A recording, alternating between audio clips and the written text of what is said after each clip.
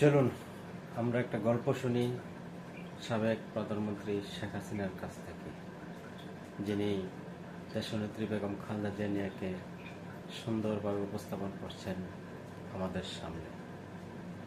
সাবেন দেওয়া হয়েছে, এরপর যদি আরো কিছু ডিমান্ড করে তখন কি করবেন? তার লিভার নাকি পচে শেষ। তো লিভার সাধারণত পচলে মানুষ কি বলে সেটা আমি মুগ্ধ বলতে চাই না। কি খেলে তাড়াতাড়ি লিভার পচে সেটা তো সবাই জানেন। সেদিন প্রতিজ্ঞা করেছিলাম যে ওই ক্যান্টনমেন্টে বসবাস করতে হবে না, যেদিন সময় পাবো বের করে দেবো, বের করে দিচ্ছি। শুধু আমি বললাম যে আজকে আমাকে ঢুকতে দাও না, যখন জিয়া রহমান ঘরে তুলতে চায়নি প্রতিদিন তো আমাদের বাসায় যে কান্নাকাটি করতাম। অসুস্থ তাকে বিদেশে পাঠাও, আল্লাদের আর শেষ নাই। পৃথিবীতে কোন দেশে আছে এতিমের অর্থ আত্মসাৎ করে সাজাপ্রাপ্ত আসামি জেলে ছিল? অন্তত আমি এইটুকু দয়া করেছি যে ঠিক আছে, বয়োবৃদ্ধ মানুষ বা অসুস্থ, হাঁটতে চলতে উঠতে বসতে অসুবিধা, এখন উনি সেজে গুজে মেকআপ নিয়ে একেবারে বুড়ুটুরু একে হাসপাতালে যান।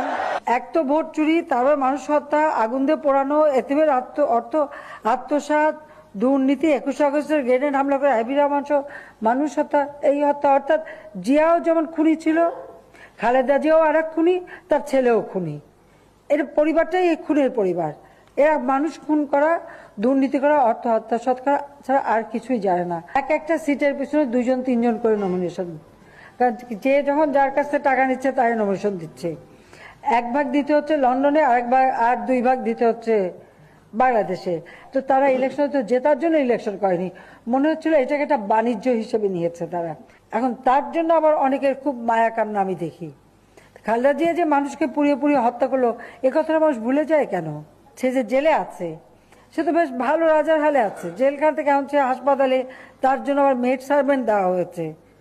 পৃথিবীতে শুনে সাজাপ্রাপ্ত আসামির জন্য।